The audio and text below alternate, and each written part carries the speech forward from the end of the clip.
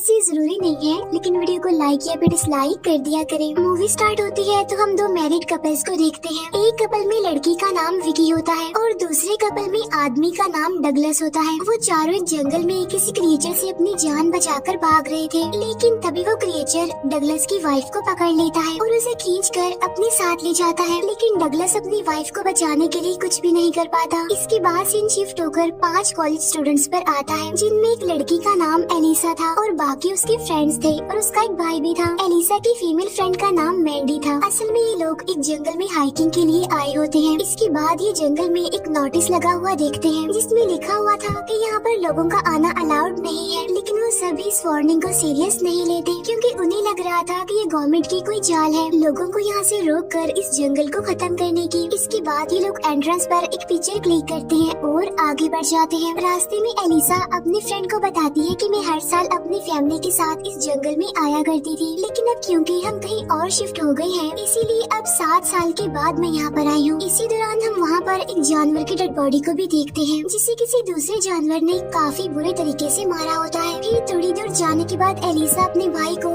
और आगे जाने से मना करती है। वो कहती है कि अब हमें आगे बढ़ना नहीं चाहिए, क्योंकि हमने वापस भी तो जाना है और अगर हमें यहाँ पर रात हो गई तो हमें काफी मुश्किलात का सामना करना पड़ सकता है यहाँ पर। तब एलिसा का भाई उसे समझाता है कि हम पहले भी तो फादर के साथ जंगल में काफी आगे तक जा चुके हैं, इसीलिए तुम फिक्र मत करो, हमें कुछ भी नहीं होगा। और अब एलिसा को ना चाहते हुए भी अपने भाई की बात माननी पड़ती है। लेकिन थोड़ा आगे जाने के बाद इन सिबलिंग्स में बहस होने लगती है। तब इनकी बहस से परेशान होकर एलिसा का फ्रेंड जब थोड़ा आगे जाता है तो उसे वहाँ पर किसी का बैग पड़ा हुआ मिलता है। इसके बाद रात हो जाती है और ये लोग अभी तक जंगल में ही थे और यहाँ पर सब लोग एलिसा के भाई पर काफी गुस्सा कर रहे थे, क्योंकि वही सबको जंगल में इतना आगे लेकर आया था। इसके बाद इन्हें वहाँ पर उसी लड़की की डेड बॉडी के पार्ट्स मिलते हैं, जिसे मूवी के स्टार्ट में वो क्रिएचर अपने साथ ले गया था, यानी डगलस की वाइफ। और जब भी उस डेड बॉडी के पार्ट्स को देख रहे होते हैं कि तभी उन्हें वहाँ पर किसी क्रिएचर की आवाज सुनाई देती है, जिसकी वजह से ये लोग काफी डर जाते हैं। इसीलिए वो जल्दी से अपनी गाड़ी की तरफ भागने लगते हैं। लेकिन इससे पहले कि ये लोग अपनी गाड़ी तक पहुँच पाते, इनके सामने वही अजीब सा क्रिएचर आ जाता है, जो कि इन लोगों को देख लेता है और अब वो इनके पीछे पड़ जाता है। लेकिन लकीली ये लोग उस क्रिएचर से बचते हुए एक जगह पर आकर छुप जाते हैं और यहाँ उन लोगों को एक कैबिन नजर आता है, जिसे देखकर एलिसा का भाई उन सबको उस कैबिन में जाने का कहता है और खुद वो दूसरी तरफ जाकर उस क्रिएचर को डिस्ट्रैक्ट करने का कहता है। अब बाकी लोगों के जाते ही जैसे ही एलिसा का भाई उस क्रिएचर को डिस्ट्रैक्ट करने के लिए वहाँ से निकलने लगता है कि तभी उसके सामने वो क्रिएचर खुद आ जाता है और वो एलिसा के भाई पर अटैक करके उसे मार डालता है। इसके बाद अब ये चारों फ्रेंड्स कैबिन के अंदर जाने लगते हैं, लेकिन जब मैंडी अंदर जाने लगती है तो वो क्रिएचर उसका पाँव पकड़ लेता है। लेकिन ये सब मिलकर उसकी जान बचा लेते हैं। कैबिन में आते ही इन्हें वो तीनों सर्वाइवर्स मिल जाते हैं, यानी डगलस, विकी और उसका हस्बैंड, जिन्हें हमने मूवी के स्टार्ट में भी देखा था। इन तीनों ने मिलकर उस पूरे कैबिन को ब्लॉक कर दिया था ताकि ये उस क्रिएचर से बच जाए। इसके बाद विकी एलिसा को अपने बारे में बताने लगती है कि हम चारों असल में एक बिजनेस ट्रिप पर जा रहे थे, जिसके बाद हमारी गाड़ी खराब हो गई और हम इसी जंगल में फंस गए और उस क्रिएचर ने हमारी फ्रेंड को मार दिया। तभी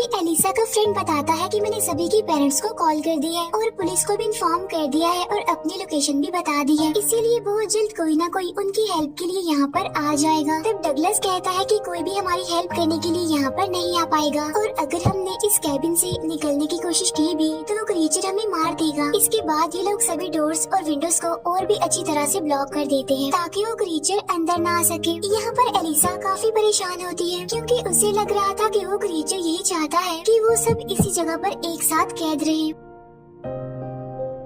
तब एलिसा का फ्रेंड उसे समझाता है कि वो सिर्फ एक क्रिएचर है और हमें उससे बचकर बस यहाँ से निकलना है। हमें ये जानने की जरूरत नहीं है कि वो क्रिएचर क्या है और क्यों है और वो क्या चाहता है, हमें उससे भी कोई मतलब नहीं है। अभी ये दोनों बात कर ही रही होती है कि तभी वहाँ पर वो क्रिएचर आ जाता है और वो उस कैबिन में घुसने की कोशिश करता है, लेकिन तब वो लोग उस विंडो को भी ब्लॉक कर देते हैं जहाँ से वो क्रिएचर अंदर आने की कोशिश कर रहा था। इसके बाद वो क्रिएचर कैबिन के चारों तरफ घूमने लगता है और तभी वो एक विंडो के जरिए अंदर आ ही जाता है। तब उसके अंदर आने के बाद वो लोग उसे रोकने की कोशिश करते हैं, लेकिन उसे रोकने की कोशिश में विकी का हस्बैंड इंजर्ड हो जाता है। इसीलिए मैंडी और एलिसा भी इनकी हेल्प करने के लिए वहाँ पर आ जाती है और वो एक ड्रेसर को उठाने लगती है ताकि वो उस क्रिएचर को इसकी मदद से रोक सके। अब क्योंकि वो ड्रेसर काफी भारी होता है, इसीलिए वो दोनों उसे उठा नहीं पाती। तभी एलिसा का फ्रेंड पेपर स्प्रे लाकर उस क्रिएचर पर स्प्रे कर देता है। तब इनकी आवाज सुनकर डगलस भी उनकी हेल्प करने के लिए वहाँ पर आ जाता है और इसी वजह से अभी ठीक टाइम पर ड्रेसर की मदद से उस विंडो को ब्लॉक करने में कामयाब हो जाते हैं। यहाँ पर विकी का हस्बैंड डगलस को उनकी हेल्प करने के लिए थैंक्स कहता है। तब डगलस कहता है कि दरवाजों और विंडोज को ब्लॉक करने के लिए हमारे पास और ड्रेसर्स नहीं है और ना ही हमारे पास टाइम है, इसीलिए हमें जितना जल्दी हो सके इस जगह से निकलना होगा। रात को ये सभी लोग एक साथ बैठे होते हैं। यहाँ पर एलिसा का फ्रेंड कहता है कि पुलिस की हेल्प बस आने ही वाली होगी, जिस पर डगलस हंसते हुए कहता है कि हम इस जगह पर ज्यादा टाइम के लिए टिक नहीं पाएंगे और हमारी हेल्प करने के लिए यहाँ पर कोई आएगा भी नहीं, क्योंकि सबको पता है कि यहाँ पर क्या है, वो क्रिएचर है, यानी यहाँ पर खतरा है। इसीलिए हमें खुद यहाँ से निकलकर अपने लिए कोई हेल्प लानी होगी। तब ये सुनकर विकी का हस्बैंड मना कर देता है कि नहीं,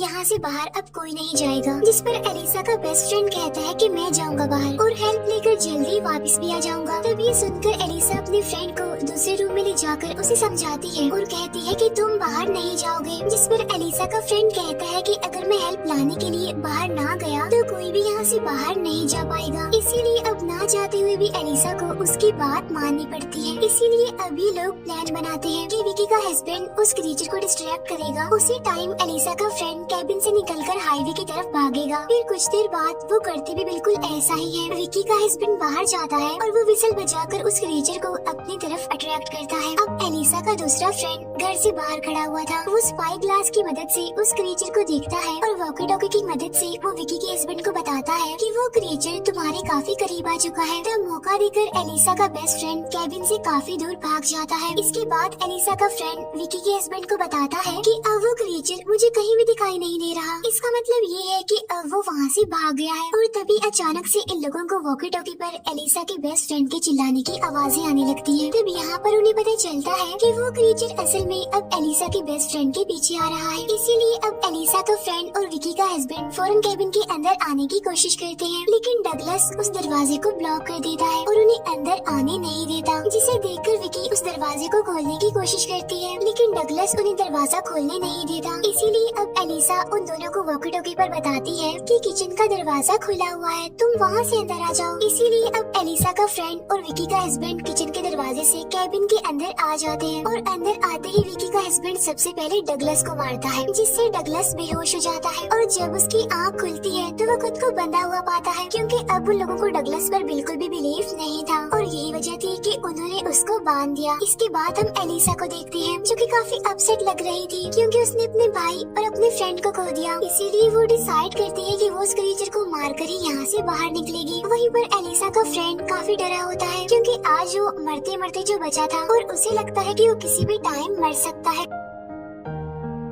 इसीलिए मरने से पहले वो मैंडी को सॉरी बोलता है कि मैं तुम्हें चीट कर रहा था। तब ये बात सुनकर मैंडी काफी गुस्सा हो जाती है उस पर और तभी वहाँ पर वॉकी टॉकी बजने लगता है, जिसे देखकर उन सबको लगता है कि शायद ये एलिसा के फ्रेंड की तरफ से भेजा गया कोई सिग्नल है। लेकिन उन्हें दोबारा से वॉकी टॉकी के बजने की आवाज सुनाई देती है, जिसे फॉलो करने पर इन्हें पता चलता है कि वो आवाज असल में अंडरग्राउंड रूम से आ रही है। इसीलिए अब एलिसा बगैर सोचे समझे अंडरग्राउंड रूम में जाने का फैसला करती है और बाकी सब भी उसे फॉलो करते हैं। लेकिन जाने से पहले विकी का हस्बैंड उसे ऊपर ही छोड़ देता है, इस फिक्र में कि कहीं वो क्रिएचर मेरी वाइफ को मार ना दे। अंडरग्राउंड रूम में इन्हें एलिसा का बेस्ट फ्रेंड मिलता है, जो कि काफी इंजर्ड था। उसे देखते ही वो लोग उसे वहाँ से ले जाने की कोशिश करते हैं, लेकिन तभी वो क्रिएचर वहाँ पर आ जाता है और अब विकी का हस्बैंड उस क्रिएचर को रोकने की कोशिश करता है। इसके बाद ये लोग एलिसा के फ्रेंड को लेकर ऊपर आ जाते हैं, लेकिन अब क्योंकि विकी का हस्बैंड उस क्रिएचर को रोकने गया था, इसीलिए वो उसके सामने टिक नहीं पाता। इट्स मीन वो क्रिएचर उसे भी मार डालता है। तभी हम देखते हैं कि एलिसा के बेस्ट फ्रेंड की हालत काफी खराब है। तब उसकी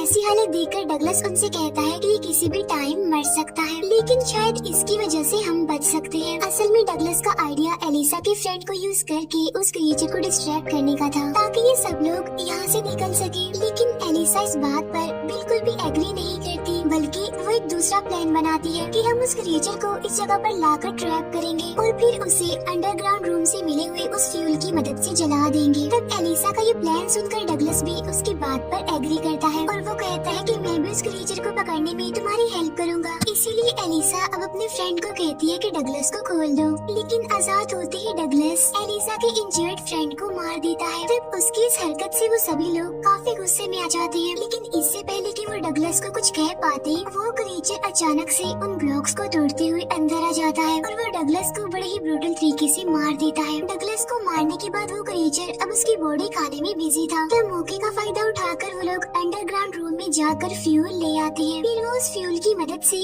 वहाँ पर आग लगा देते हैं, जिससे वो क्रिएचर उस आग में जल जाता है और उसकी मौत हो जाती है। इसके बाद वो लोग अंडरग्राउंड रास्ते से ही आगे बढ़ते हैं, लेकिन रास्ते में विकी को उसके हस्बैंड की डेड बॉडी दिख जाती है, जिसे देखकर अब वो वहीं पर ही रुक जाती है। लेकिन तभी एलिसा के दूसरे फ्रेंड को वो क्रिएचर खींचकर ले जाता है और यहाँ पर हमें पता चलता है कि वहाँ पर एक नहीं बल्कि दो क्रिएचर्स मौजूद थे, जिनमें से एक को तो उन्होंने जलाकर मार दिया था, लेकिन दूसरा अभी भी जिंदा है। इसके बाद मैंडी विकी को लेकर वहाँ से भागने लगती है, लेकिन अनलकीली वो क्रिएचर विकी को भी मार देता है और अब वहाँ पर सर्वाइवर्स सिर्फ मैंडी और एलिसा थी। इसीलिए अब वो दोनों एक साथ वहाँ से भागने लगती है, लेकिन बहुत जल्द वो क्रिएचर एलिसा को पकड़कर उसे भी मार डालता है। लेकिन मैंडी किसी तरह बचकर वहाँ से भागने लगती है। आगे जाने के बाद वो अपनी बॉडी पर मिट्टी लगा लेती है ताकि वो क्रिएचर उसे स्मेल करते हुए उसके पीछे न आ जाए। इसके बाद मैंडी फाइनली गाड़ी के पास पहुँच जाती है, लेकिन जैसे ही वो गाड़ी स्टार्ट करने वाली होती है वो क्रिएचर वहाँ पर आकर उस पर भी अटैक कर देता है, लेकिन मैंडी किसी तरह उसे बचते हुए उसे अपनी गाड़ी के नीचे क्रश कर देती है। इसके बाद वो सही सलामत उस जंगल से बाहर निकल आती है और तभी हम उस क्रिएचर की डेड बॉडी के पास एक और क्रिएचर को देखते हैं। इट्स मीन वहाँ जंगल में सिर्फ दो क्रिएचर्स नहीं थे, बल्कि वहाँ पर और भी बहुत सारे ऐसे क्रिएचर्स मौजूद थे। और इसी के साथ ही ये मूवी यहीं पर एंड हो जाती है। Thank you for watching.